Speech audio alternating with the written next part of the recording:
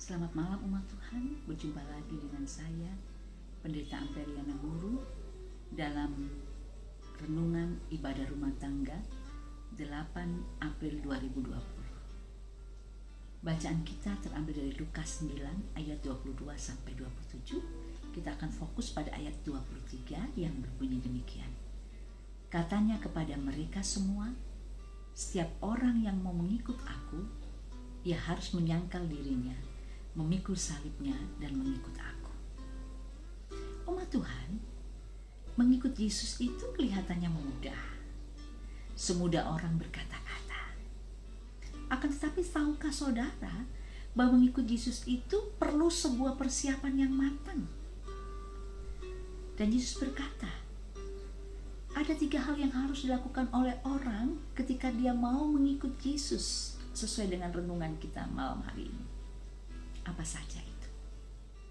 Yang pertama, ia harus menyangkal diri. Menyangkal diri artinya menyalipkan keegoan kita dan menempatkan Tuhan Yesus sebagai yang utama dalam kehidupan kita. Dengan kata lain, menyangkal diri itu berarti kita memprioritaskan Yesus dalam kehidupan kita. Sekarang kehendak Kristus yang harus menjadi fokus kita ke depan. Sebaliknya, dosa-dosa masa lalu harus saudara dan saya tinggalkan. 2 Korintus 5 ayat 17 berkata, jadi siapa yang ada di dalam Kristus, ia adalah ciptaan baru. Yang lama sudah berlalu, sesungguhnya yang baru sudah datang. Saudaraku, hidup yang menyangkal diri adalah kehidupan yang terus-menerus diselaraskan dengan kehendak Allah. Bukan kehendakku, melainkan kehendak Allah yang harus kita lakukan. Dan menyangkal diri merupakan sebuah proses yang terus-menerus harus Anda dan saya lakukan bersama dengan Allah. Sehingga kita menjadi seperti yang Tuhan mau di dalam menghadapi dan menjalani jatuh bangun kehidupan ini. Sekarang di dalam hidup yang baru bersama Kristus, Yesus adalah segala-galanya. Jesus is number 1. Yang kedua, mengikut Yesus berarti kita harus memikul salib kita masing-masing.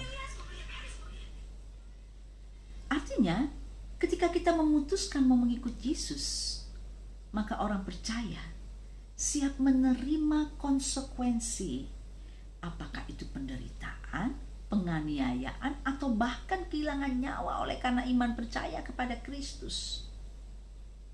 Dengan kata lain, memikul salib berarti harus rela dibenci dan dimusuhi oleh dunia ini karena nama Yesus. Dan menurut keterangan Injil Lukas, memikul salib ini harus Anda dan saya lakukan setiap hari. Tentunya ini membutuhkan komitmen yang tinggi.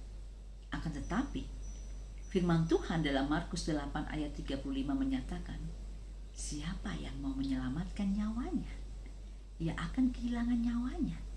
Tetapi barang siapa kehilangan nyawanya karena aku, karena Yesus, dan karena Injil, ia akan menyelamatkannya. Yang ketiga, mengikut Yesus berarti Anda dan saya siap untuk memiliki komitmen yang serius. Komitmen harus disertai ketaatan sempurna kepada Kristus. Hidup mengikut Yesus berarti selamanya mengikuti Sang Guru dalam perkataan, perbuatan, taat kepada perintahnya dan menyerahkan diri kita untuk mengikuti Dia dengan pengorbanan. Inilah 3 syarat ketika kita harus mengikuti Yesus. Tetapi Yesus juga menjamin kita diselamatkan bukan karena perbuatan-perbuatan kita, tapi karena iman percaya kepadanya, kepada Kristus, Allah yang mati dan bangkit bagi pengampunan dosa dunia. umat Tuhan. Yesus tak pernah bermanis-manis, apalagi memberi harapan kosong kepada murid-murid dan pengikut-pengikutnya. Seluruh konsekuensi mengikut Dia dipaparkannya dengan gamblang. Kalau Tuhan Yesus rela berkorban nyawa untuk keselamatan dunia dan manusia, sehingga hidup kekal menjadi anugerah bagi hidup kita saat ini, sehingga kerajaan sorga nanti menjadi rumah kita yang kekal di masa yang akan datang. Mengapa kita yang sudah diselamatkannya takut berkorban untuk Dia? Mari di hari doa GPIB ini kita punya tekad iman untuk terus mengerjakan panggilan dan pengutusan kita sebagai murid-murid Kristus dengan setia, sehingga banyak lidah mengaku Yesus adalah Tuhan. Selamat beribadah. Tuhan Yesus memberkati. Shalom.